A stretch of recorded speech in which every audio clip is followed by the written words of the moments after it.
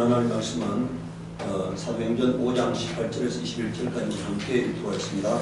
사도들을 잡아다가 옥에 가두었더니 주의 사자가 밤에 옥문을 열고 끌어내어 가로되 가서 성전에 서서 이 생명의 말씀을 다 백성에게 말하라 하며 저희가 듣고 새벽에 성전에 들어가서 가르치더니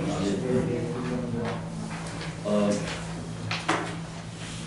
이 사도행전 제가 아침에 씹는 기준은 제가 이 성경을 기도하고 펼쳤을 때 그날 주시는 말씀을 제가 아침 기도에 올리는데 이 생명의 말씀에 대해서 오늘 우리가 읽은 이 말씀을 하나님이 여러 번 짧은 기간에 여러 번에 걸쳐서 보게 하셨어요.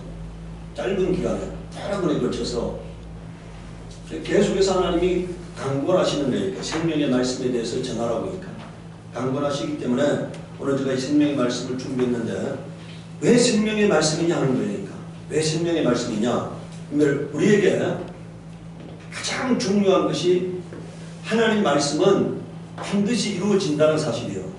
하나님은 전능자시기 때문에 자신의 뜻을 말씀으로 말하셨고 그 말씀을 반드시 이루시는 분이시다. 그러니까 오늘 우리에게 회개에 관한 언약이 없다면 아무리 좋은 복음이 하더라도 나와는 상관없는 복음이 되어버리고 마는 거예요. 모든 사람이 죄를 범했기 때문에 복음과는 상관없는 자들입니다. 그런데 하나님이 우리에게 회개의 문을 열어주셨다는 사실이니까 하나님이 친히 시건치 아니하시는 하나님께서 우리에게 회개에 관한 약속을 하셨다니까. 에스겔서 18장 21절에 그러나 악인이 만일 그 행한 모든 죄에서 돌이켜 그러나 내 모든 율례를 지키고 법과 의를 행하면 정령 살고 죽지 아니할 거라고 말씀하셨어요. 과거에 어떻게 살아왔든 지금 변하면은 하나님께서 과거를 묻지 않겠다는 거잖아요. 과거의 죄 때문에 나가지 않게 하시겠다는 거예요. 그러니까. 오늘 사람들이요, 나는 과거에 이렇게 살아왔기 때문에 나는 희망이 없어 이렇게 말하는 사람들이 많잖아요. 과거가 저는 수많은 사람들에게 저 강의할 때는 제가 여기서 얘기할 때보다는 제가 강의할 때는 제가 강의를 40시간 하는 과정도 있어요. 그러면 40시간 동안 저한테 하루 8시간씩 강의 드리니까 얼마나 따분하겠습니까? 그럴 때 제 과거에 제가 살아왔던 그 비천한 삶에 대해서 얘기를 합니다. 우리 집사람은 가난이 자랑이 아니니까 하지 말라고 해요. 근데 저는 그 가난이 나를 오늘도 얽매이고 있으면은 과거에 나의 부끄러운 삶이 오늘도 얽매이고 있으면 그것은 부끄러운 일인데 오늘 내가 그 과거에 얽매이지 않는다 하니까. 그렇기 때문에 과거가 저에게는 전혀 부끄럽지 않아요. 내가 과거를 잊지 아니함으로써 우리가 그런 얘기 하잖아요. 개구리 올챙이 시절 모른다고. 사람이 왜 교만하게 됩니까? 자기의 과거를 망각하기 때문에 교만한 사람이 되는 거잖아요. 자기의 과거를 알면은 망각하지 못해요. 내가 이렇게 비천한 사람이었는데 희망이 없는 사람이었는데 하나님이 나와 함께 하셔서 오늘까지 나를 인도하셨다고 하는 그걸 기억하면은 하나님 앞에 배은망덕한 삶을 살 수 없는 거잖아요. 그래서 항상 제가 과거를 기억합니다. 오늘 하나님께서 말씀합니다. 법과 의를 행하면은 정령 살고 죽지 않아야 할 것이라고 하니까. 이게 하나님이 우리에게 관한 가장 중요한 생명의 말씀이니까. 내가 과거에 어떤 삶을 살았든 어떤 죄를 범했든 오늘이 변하면은 오늘 내가 하나님을 의지하면은 희망이 있다 하니까. 과거의 죄 때문에 내가 망하지 않는다 하니까. 다시 시작할 수 있게 된 거예요. 그러니까. 오늘은 우리가 누가복음 24장 47절에 이렇게 말하고 있습니다. 또 그의 이름으로 죄사함을 얻게 하는 회개가 예루살렘으로부터 시작하여 모든 족속에게 전파될 것이 기록되었으니 이게 복음이니까. 회개하면은 죄사함을 얻는다. 이게 복음이다. 그러니까. 회개하면 죄사함을 얻는다. 그러니까. 이게 모든 민족에게 모든 사람에게 전파될 것이 기록되었다는 거예요. 사도행전 2장 38절에 베드로가 성령 받고 난 다음에 최초로 하는 설교잖아요. 베드로가 그러되 너희가 회개하여 각각 예수 그리스도의 이름으로 침례를 받고 죄의 사함을 얻어라. 그래야하면 성령을 선물로 받으리니 이렇게 말했어요. 그래야하면 죄의 사함을 받아라. 그러면 성령을 선물로 받으리니. 여러분들 성령이 내게 오면 내가 성전이 돼요. 내가 하나님의 집이 돼요. 하나님과 하나가 돼요. 이 영광스러운 것이 죄사함을 예수 이름으로 죄사함 받으면은 성령이 내 안에 오셔서 내가 하나님의 집이 된다. 하나님을 모신 하나님의 성전이 된다. 그러니까 하나님이 나를 거룩한 존재로 인정했다는 사실이에요. 나를 죄 없는 자로 인정했다는 사실이니까 성령이 내게 임했다는 것은 하나님이 나를 거룩한 사람으로 인치셨다. 그러니까 너는 내 것이다 하고 인치신 거예요. 이 엄청난 일이 회개하면 이루어진다는 것입니다. 그러니까 베드로후서 3장 9절에 주의 약속은 어떤 이에 드린다고 생각하는 것 같이 드린 것이 아니라 오직 너희를 대하여 오래 참사 아무도 멸망치 않고 다 회개하게 이르기를 원하시느니라. 하나님은 회개를 기뻐하신다. 이거 아무도 망하기를 원하지 않는다. 이거 아무도 죄 때문에 망하기를 원하지 않는다. 그러니까 다 회개해서 살기를 원하시는 게 하나님의 뜻이세요. 두 번째는요, 믿음에 관한 이야기니까 민수기 23장 19절에 하나님은 인생이 아니시니 시근치 않으시고 인자가 아니시니 후회가 없으시도다. 어찌 그 말씀하신 바를 행치 아니하시며 하신 말씀을 실행치 않으시라 이렇게 말씀하고 있어요. 하나님은 전능자시기 때문에 그 약속하신 바를 반드시 이루시는 분이시다. 그러니까 인생이 아니시기 때문에 이럴 때 저럴 때 하지 않는다. 그러니까 오늘 사람들이요, 말 때문에 곤욕을 당하는 사람들이 많잖아요. 말 때문에 과거에 자기가 쏟아놓은 말 때문에 곤욕을 당하는 사람들이 많아요. 그런데 오늘 우리 하나님은 자기가 한 말에 대해서 반드시 책임지신다. 그러니까 우리는 그 하나님의 이 시근치 아니하시는 하나님을 신뢰하고 있기 때문에 우리가 희망이 있는 것입니다. 그러니까 요한복음 1장 12절에 영접하는 자 곧 그 이름을 믿는 자들에게는 하나님의 자녀가 되는 권세를 주었다. 어떻게 하나님의 자녀가 되느냐? 사람의 자식이 어떻게 하나님의 자녀가 되느냐? 예수 이름을 믿으면 하나님의 자녀가 된다는 것입니다. 이게 하나님의 약속이에요.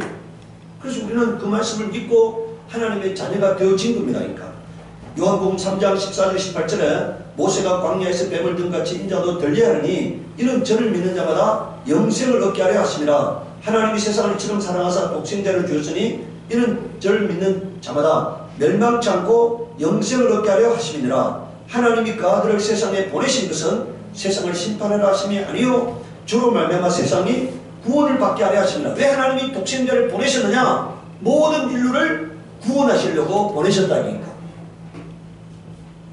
모든 인류를.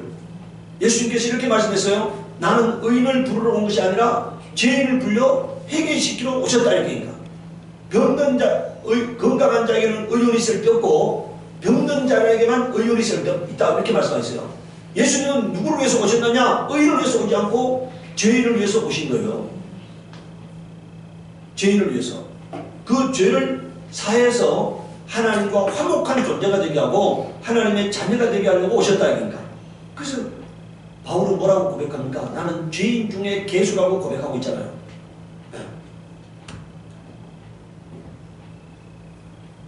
18절에 저를 믿는 자는 심판을 받지 아니하는 것이라고 말하고 있어요. 오늘 여러분들 우리는 예수 이름을 믿음으로 말미암아 하나님의 심판으로부터 벗어난대요. 그리고 예수 안에 있는 자에게는 결코 정죄함이 없나니, 정죄란 말이 심판이라는 뜻인데요. 결코 정죄함이 없다고 로마서 8장 1절에 말하고 있습니다. 예수 믿는 자는 결코 심판을 받지 않는다. 요한복음 3장 35절 36절에 아버지께서 아들을 사랑하사 만물을 다 그의 손에 주셨으니 아들을 믿는 자는 영생이 있고라고 말하고 있잖아요. 아들을 믿는 자는 영생이 있다. 이니까 여러분들 오늘 사람들이요, 이단이 왜 생깁니까? 이것 갖고는 안 돼. 여기에 뭔가 더 신비로운 지식을 가져야만이 구원받을 수 있어. 그 말에 넘어가는 자들이 다 이단이잖아요. 그 말을 하는 자가 이단이고 그 말에 넘어가는 자가 이단이에요. 복음은 예수 안에 생명이 있다는 것이고, 예수 믿으면 하나님의 자녀가 된다는 것이고, 예수 믿으면 심판받지 않는다고 하는 게 복음이에요. 여기다가 더 무엇인가를 추가하면 그건 이단입니다. 그러니까 오늘 우리가 여러분들 저는요, 교회 저는 이번 코로나를 통해서 주일 예배만 드리잖아요. 이때 예배 중독 환자들은 다 교회를 떠날 거라고 생각합니다.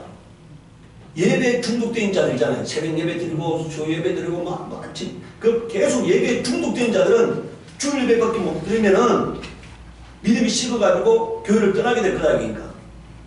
근데 오늘 진짜 믿음을 가진 자들은요, 주일 예배 한 번만 들어도 아무 문제가 없어요. 매 순간 하나님과 동행하는 삶을 사니까. 여기 교회 와도 예배고 삶의 현장이 예배가 되는 사람은 항상 매 순간마다 주님을 의지하는 자들은 넘어지지 않아요. 어떤 상황이 와도 넘어지지 않으니까. 그런데 환경의 분위기에 쓸려다녔던 사람들은 다 넘어질 수밖에 없잖아요.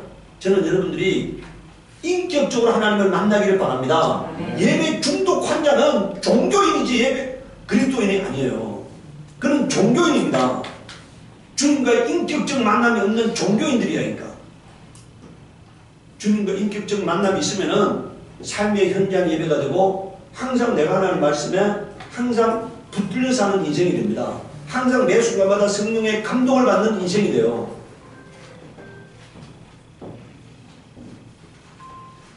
요한복음 11장 25절에서 26절 이렇게 말합니다. 예수께서 가라사대 나는 부활이요 생명이니 나를 믿는 자는 죽어도 살겠고 살아서 나를 믿는 자는 영원히 죽지 아니하리니 이것을 내가 믿느냐 이렇게 말했어요.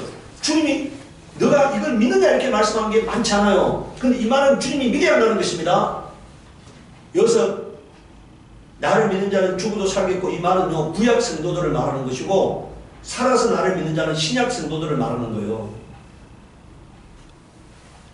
나를 믿는 자는 죽어도 살겠고 이 말이 뭐라고요? 구약 성도들이야. 구약 성도들은 오실 예수를 바라보는 믿음을 가졌던 자들입니다. 신약 성도는 이미 오신 예수 그리스도를 믿는 사람들이야. 그래서 살아서 믿는 자들입니다. 살아서 믿음을 본 자들이야. 그 믿음을 본 자는 영원히 죽지 않는, 이것은 영원히 죽지 않는다는 얘기야. 육체가 죽지 않는다는 말이 아니고 영원히 죽음을 경험하지 않는다는 얘기입니다. 그래서 이것을 내가 믿느냐고 주님 말씀하고 있으니까. 예수께서 제자들 앞에서 요한복음 20장 31절 32절에 이렇게 말합니다. 예수께서 제자들 앞에서 이 책에 기록되지 않은 다른 표적도 많이 행하셨으나 오직 이것을 기록하면 너희로 예수께서 하나님의 아들 그리스도심을 믿게 하려는 것이요. 자, 예수가 하나님의 아들이라는 것을 믿는 것이 믿음이에요. 두 번째, 예수 이름의 믿음은 뭐라고요? 죄의 사함 받는다. 생명을 얻는다. 이게 복음이다. 그러니까 여기에 더 이상 추가할 것이 없어요. 만약 여러분들 추가할 것이 있다면 하나님이 성경에 기록했을 것이다. 그러니까 성경에 기록하지 않았다는 얘기는 내 영혼에 유익하지 않기 때문에 기록하지 않은 거예요. 그런데 오늘 이단은 어떻게 합니까? 성경 외에 심오한 원리를 만들어요. 그게 이단입니다. 심오한 원리를 만드는 것, 철학을 만드는 게 그게 이단이에요. 그래서 이걸 믿어야만이 구원받는다고 말하는 사람들은 다 이단이다. 그러니까 뭘 믿어야 합니까? 기록된 말씀을 믿어야 합니다. 기록되지 아니한 또 다른 것을 믿으면 그것은 사망에 이르는 길이에요. 오늘 우리는 확신해야 하는 건 뭐라고 되어 있습니까? 오직 이것을 기록하면 너희로 예수께서 하나님의 아들 그리스도심을 믿게 하려 하며 또 그를 너희로 믿고 그를 믿는 뭐라고요? 생명을 얻게 하려 함이라. 이 기록된 말씀만으로도 생명을 충분하게 얻을 수 있다 이런 뜻이에요. 그러니까 오늘 문제가 어디 있는지 아세요? 말씀을 아는데 오늘 아침에 제가 밴드에다 심어놨잖아요. 믿음이라는 것은 내 생각의 어떤 확신, 이게 믿음이 아니고요. 믿음이라는 것은 하나님 말씀이 반드시 이루어진다고 믿는 것이 믿음이에요. 하나님의 지식, 하나님의 경험, 하나님의 믿음을 가지는 게 믿음이에요. 그러니까 그게 믿음이지. 오늘 내가 만약에 여기서 서가지고 밤새도록 아니면 365일간 밤새도록 믿습니다 해서 생기는 게 믿음이 아니에요. 그러니까 그것은 신념을 강화하는 것이지 믿음이 아니에요. 만약에 내가 물에 뛰어들면 죽지 않아야 할 거라고 뛰어듭니다. 그건 믿음이잖아요. 내 인간의 믿음이잖아요. 근데 그건 죽는 거잖아요. 근데 하나님이 베드로에게 물로 걸으라고 하면은 안 빠지고 걸어갈 수가 있잖아요.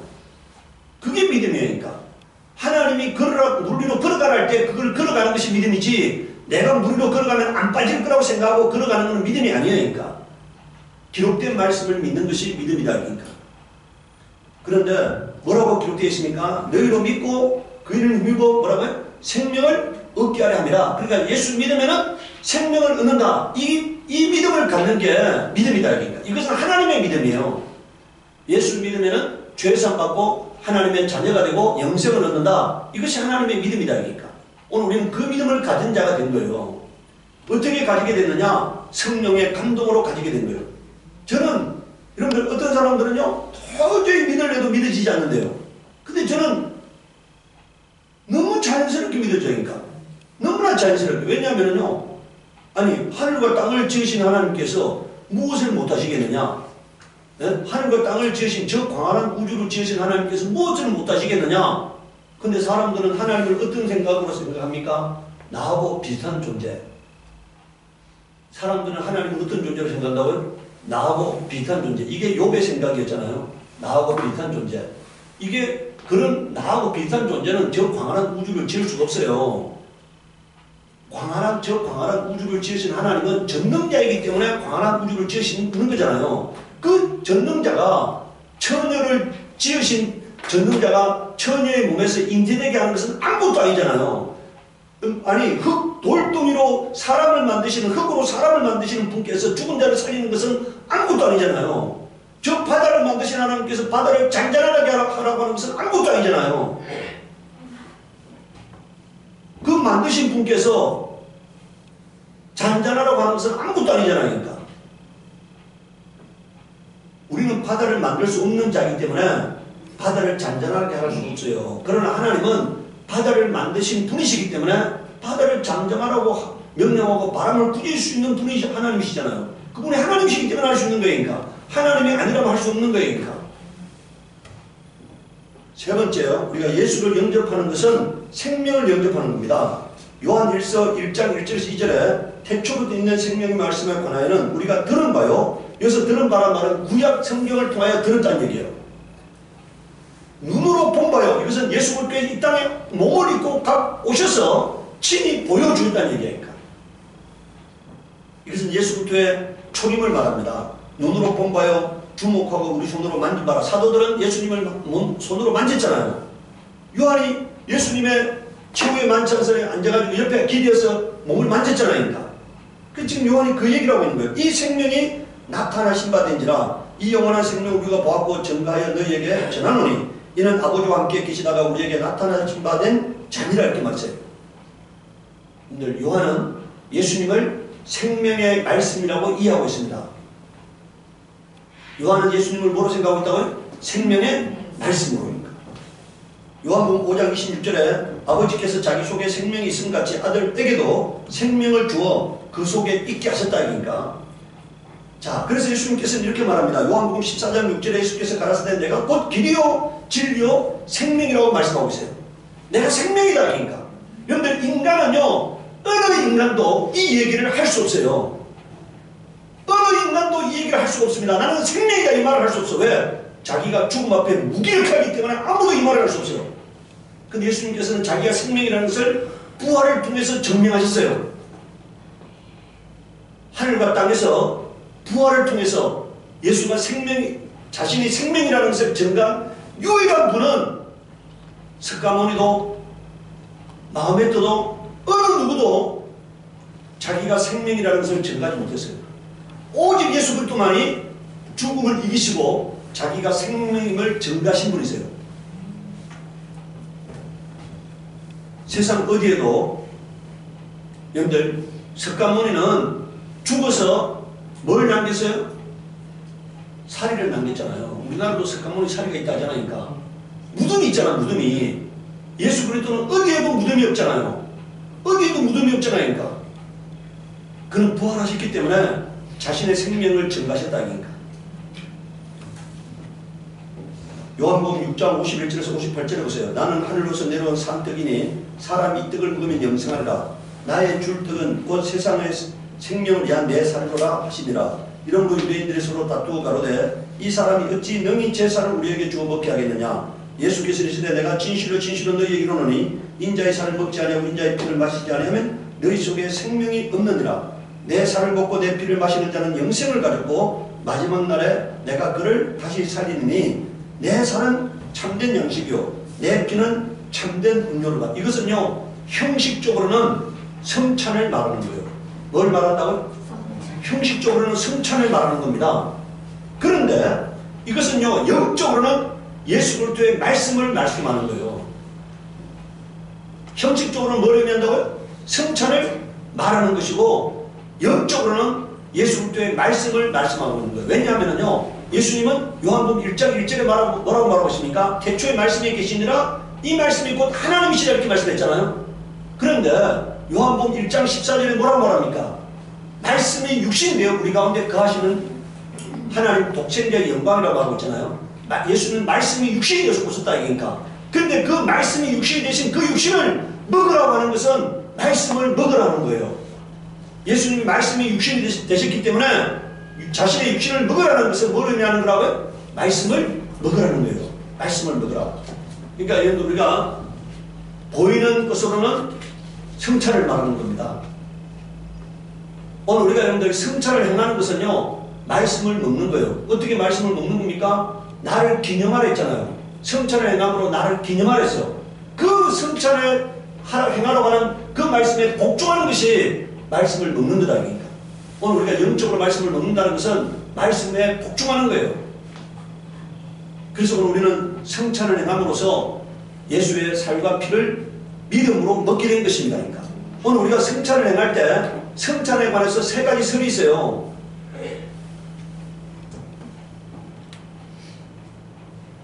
그냥 기념하는 것보다는 기념설이 있어요. 기념설. 6월 25일이 되면 6.25를 기념하잖아요. 그는 기념설이 있어요. 가장 약한 것이 개신교가 믿는 기념설입니다. 성찬에 대해서 개신교는 기념설을 믿어요. 그런데 가톨릭은 화채설을 믿어요. 빵의 자리에 예수의 살이 있다. 포도주의 자리에 예수의 피가 있다. 이게 화채설이에요. 그러니까 뭐라는 얘기입니까? 좀 더 쉽게 얘기하면요, 포도주가 예수의 피로 변한다. 빵이 뭐로 변한다고요? 예수의 살로 변한다. 이런 의미거든요. 그러니까 그 자리에 우리가 먹는 것은 포도주를 먹지만 이것은 예수의 피를 먹는 것이고, 우리가 빵을 먹지만 이것은 예수의 뭐라고요? 살을 먹는 거다. 이게 화채설이에요. 그러니까 가장 성찬에 대해서 가장 강력한 것을 기념하는 것이 천주교입니다. 오늘 우리 교회는요, 저는 그렇게 생각합니다. 우리 교회는 이 성찬에 관해서는 적어도 천주교가 갖고 있는 생각을 가져야 한다고 생각합니다. 그러니까 기념설은요, 여러분들 만약에 그게 성찬이 기념설이 된다면요, 고린도전서 11장의 말씀 이루어질 수 없어요. 고린도전서 11장에 뭐라고 되어 있습니까? 성찬을 잘못 행함으로 너의 죄를 먹고 마시는 거다. 이렇게 말씀했잖아요.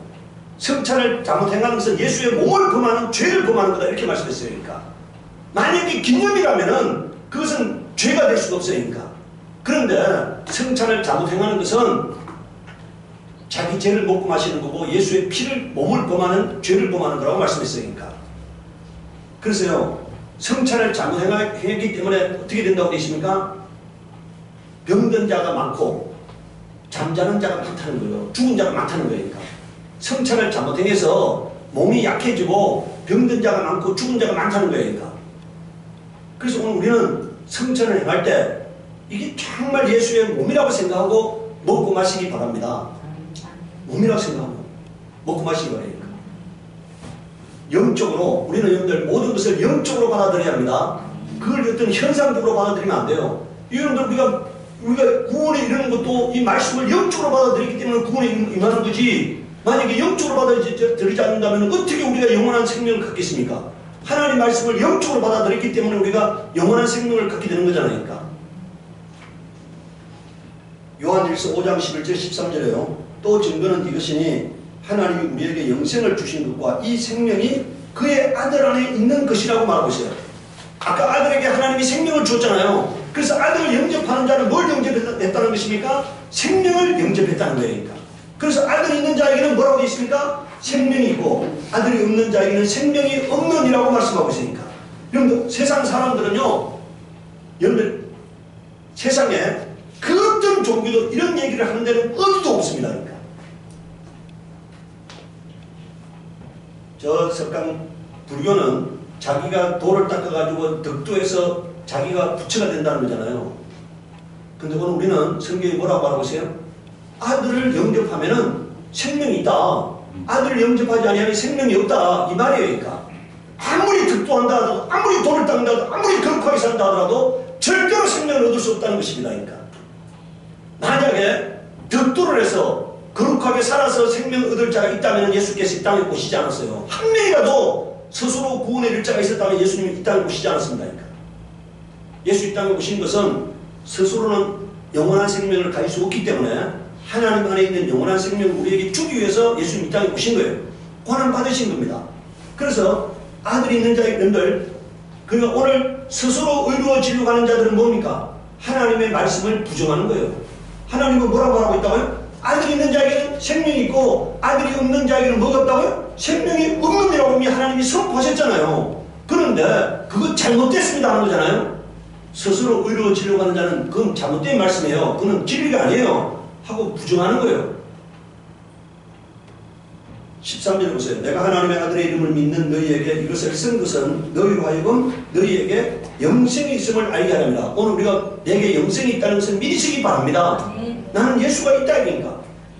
그래서 나는 생명이 있다고 날마다 고백하시기 바랍니다.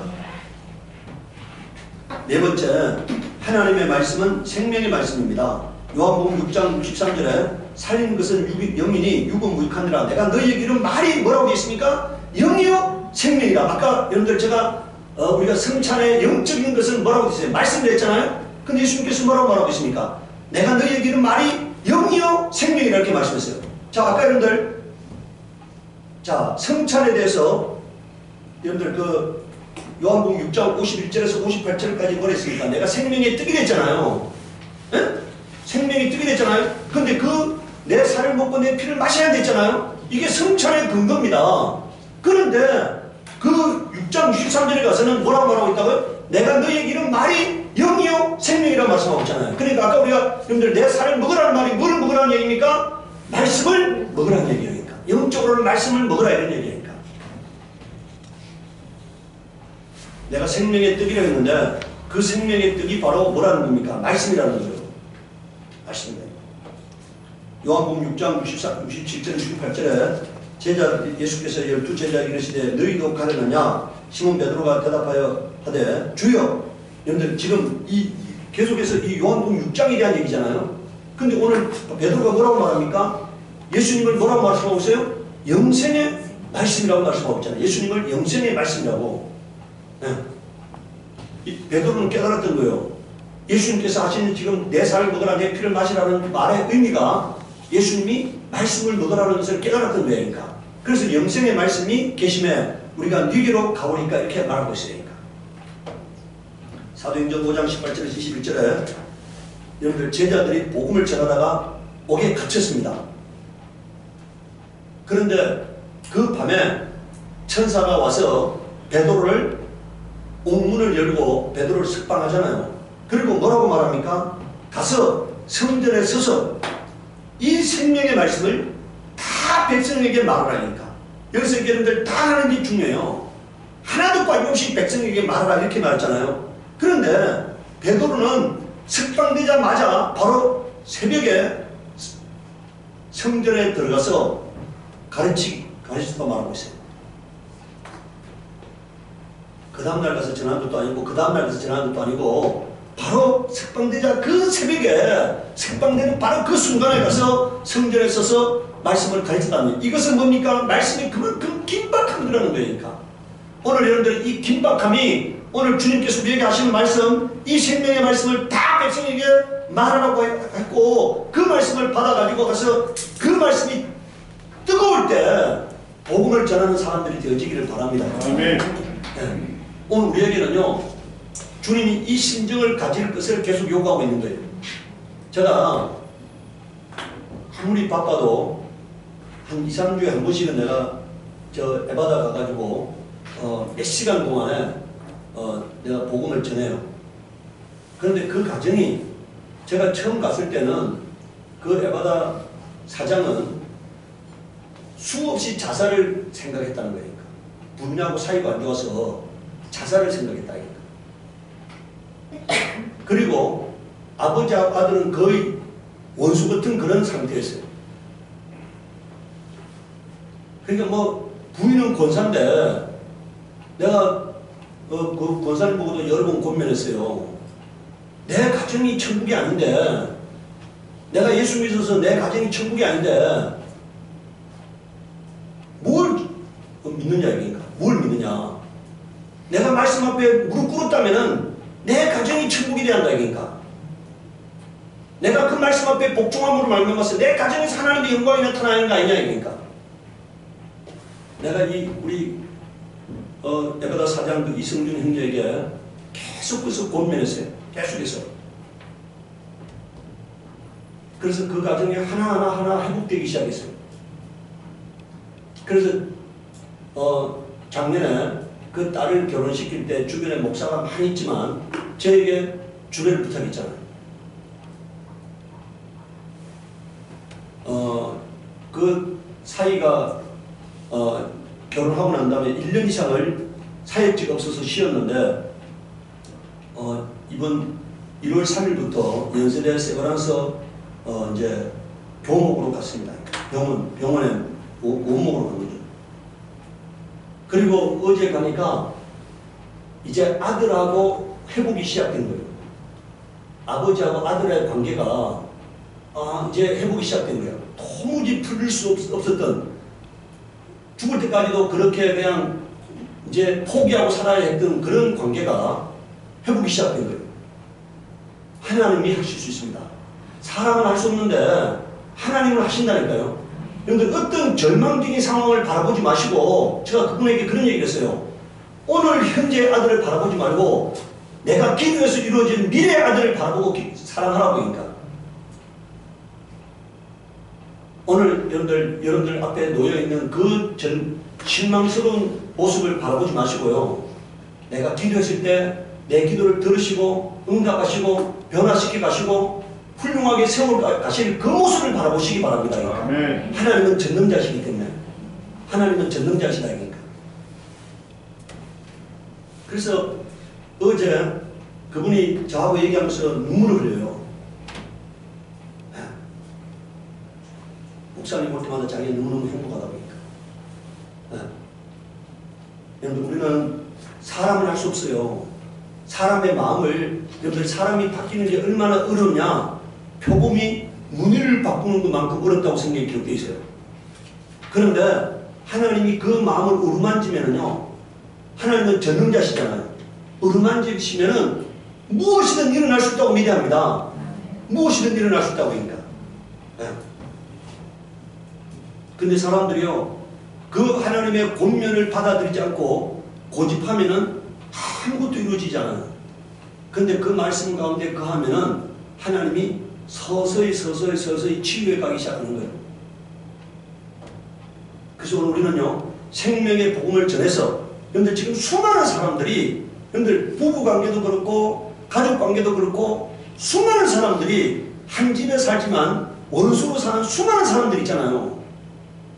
교회에 다녀서 뭐 목사고 장로고 공로고 아무 의미가 없으니까 말씀에 순복하지 아니함으로 말미암아서 생지옥 같은 수많은 가정들이 있잖아요. 내가 먼저 말씀 앞에 복종함으로 만나면서 내 가정에서 하나님 말씀이 살아 운행하는 것을 경험하시기 바랍니다. 그리고 내가 그 기쁨을 가지고 그 복음을 가지고 사람들을 치유하는 사람이 되기를 바랍니다. 하나님은 우리 이 시대에 우리를 그렇게 쓰시려고 우리를 세우셨어요.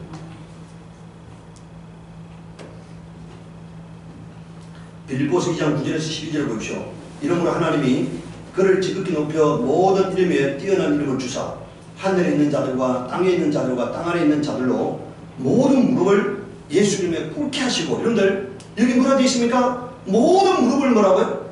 예수 이름에 꿇게 하시고 이렇게 했어요. 이 꿇게 하시려고라는 이 말이 안 이루어지기 때문에 생명의 복음이 내 가정에서 생명이 되지 못하는 거예요. 내가 하나님 말씀에만 무릎 꿇으면은 생명의 말씀이, 오늘 제가 얘기했잖아요. 하나님이 내 마음의 주인이 되는 겁니다. 내 생각의 주인이 되는 거예요. 내 행동의 주인이 되는 거예요. 그러니까 그것이 복음이에요. 내 마음과 생각과 행실의 주인이 되지 못하면은, 하나님이 내 삶을 주관하지 않으면은 그건 생명의 복음이 아닙니다. 나를 주관할 때만 생명의 복음이 되는 거예요. 저 분당 우리 교회 이찬수 목사님이 자기의 행복은 사르릉 이를 걷는 행복이다 이렇게 말을 했어요. 자기가 말씀에서 조금만 피끗하면 순식간에 깨어져 버릴 행복이다. 그러니까. 저는 그 말에 100번 더 동의합니다.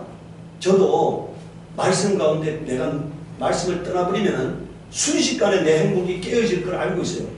그래서 제가 말씀 가운데 넘어지지 않으려고 말씀을 굳게 붙들고 있는 겁니다. 내가 말씀을 벗어나는 순간에 하나님의 보호와 사랑이 처리될 것을 믿고 있기 때문에 내가 하나님의 말씀을 굳게 붙들고 있는 거예요. 오늘 여러분들에게 믿음이라는 게 뭐냐? 예수 이름에 무릎을 꿇는 거예요. 예. 그리고 모든 입으로 예수 그리스도를 뭐라고 한다고요? 주라고 하는 게 뭡니까? 나의 주인이시여 이 말이에요. 제가 아침마다 교제하는 페이스북에서 교제하는 정환석 목사라고 있는데 그분은 이제 교회를 은퇴하신 목사님이신데 글을 올리는데 그분은 글의 마지막에 가서는 항상 그런 얘기를 해요. 나를 위해서 죽으시고 죽은 지 3일 만에 부활하시고 하늘에 오르셔서 왕이 되신 예수 그리스도가 나의 주인이시라고. 나는 주인이 아닙니다. 예수님이 나의 주인이십니다. 항상 그 말로 모든 글을 마쳐요. 똑같이 모든 글의 마지막은 똑같이 그 말로 맺어요. 저는 그분이 복음의 진리를 아주 정확하게 깨달은 분이라고 생각합니다. 현란한 말이 아무 의미가 없어요. 현란한 지식이 아무 의미가 없어요. 예수가 주인이 되지 않은 삶은 그건 가짜인 것입니다. 복음은 예수가 주인이 될 때만 생명의 말씀이 되고 내 삶을 변화시키는 말씀이 되고 나를 통해서 하나님의 영광이 나타나는 것이 되는 겁니다. 그래서 여러분들 12절에 뭐라고 말하고 있습니까? 11절에는요. 주라시나의 하나님 아버지께 영광을 돌리게 하셨느니라. 여러분들 하나님께 영광 돌리는 게 뭡니까? 예수님의 무릎을 꿇는 거예요. 예수님이 나의 주인이라고 고백하는 겁니다. 그게 하나님께 영광 돌리는 거잖아요. 그러므로 사랑하는 자들아 너희가 나 있을 때뿐만 아니라 더욱 지금 나 없을 때에도 항상 복종하여 두렵고 떨림으로 너희의 구원을 이루라 이렇게 말하고 있어요. 오늘 교회에 다니는 사람들이 오늘 교회에 오래 다니는 사람들이 오늘 교회에 직분되는 사람들이 하나님 앞에 두려움이 없어. 하나님 말씀에 대한 복종이 없어요. 그러니까. 이것은 더 이상 교회가 아니에요. 그러니까. 하나님에 대한 두려움이 없고 하나님에 대한 복종이 없는 것은 이미 그는 교회가 아니에요. 하나님의 촛대가 옮겨진 죽은 교회지 생명이 있는 교회가 아닙니다. 그러니까. 하나님의 생명이 있는 교회 가정은 말씀 앞에 두려움으로 하나님을 경외함으로 말씀 앞에 복종하는 거예요. 그래서 구원을 이루라고 말하고 있어요. 구원을 이루라. 요한복음 15장 16절 17절을 보십시오. 너희가 나를 택한 것이 아니고 내가 너희를 택하여 세웠나니 이는 너희로 가서 과실을 맺게 하고 또 너희 과실이 항상 있게 하여 내 이름으로 아버지께 무엇을 구하든지 다 받게 하려 함이니라. 내가 이것을 너희에게 명하면 너희로 뭐라고 되어 있습니까? 서로 사랑하게 하려 함이니라 이렇게 말했어요. 오늘 우리 여러분들 우리가 과거는 돌이킬 수 없어요. 저도 우리 아내하고 저는 아내하고 살면서 오랜 기간 동안 내 아내가 나의 이상형이 아니라는 것 때문에 갈등하고 힘들었습니다. 그래서 많이 다투게 됐어요. 성장 과정에 따라서 많이 다투게 됐어요. 근데 내가 아내를 위해서 하나님께 오랜 시간 동안 기도했습니다. 하나님 나에게 사랑의 마음을 달라보니까 그리고 사랑이 식지 않는 하나님의 사람이 되게 달라고 오랫동안 기도했어요. 하나님께서 그 기도는 아름다운 기도잖아요. 그 기도를 하나님이 100번 더 들어주셔. 그래서 요새는 내 마음에 사랑의 감정이 넘치는 사람이 된 겁니다. 넘치는 사람이. 오래 살았잖아요. 이제 뭡니까 이게. 그냥 여러분들 그냥 가족으로 살 수도 있잖아요. 근데 하나님께서 내 마음에 하나님이 그 기도를 아름다운 기도라고 여기셨기 때문에 내 마음에 그 마음을 하나님의 마음을 부어주어서 하나님의 사랑의 마음을 부어줘서 사랑할 수 있는 사람이 되었다. 오늘 여러분들 우리에게 자 하나님께 오늘 여러분들 모두 다 기도하시기 바랍니다. 하나님 내가 이 서로 사랑하라고 하는 이 계명을 이룰 수 있는 사람이 되게 하시옵소서. 내게 주님의 마음, 주님의 성품을 주시옵소서. 내가 이 말씀 앞에 복종하는 사람이 되게 하시옵소서 하고 기도하시기 바라요. 오늘 우리에게는 서로 사랑하라고 하는 예수님의 새 계명이 있습니다. 그 계명에 복종할 때 우리 하나님의 사람이 되는 것입니다. 이 시간을 기도할 때 하나님, 내가 생명의 말씀 가운데 거해서 나도 평안을 누리고 수많은 사람에게 하나님의 생명과 평안을 전하는 자가 되게 하시옵소서. 우리 기도하도록 하겠습니다.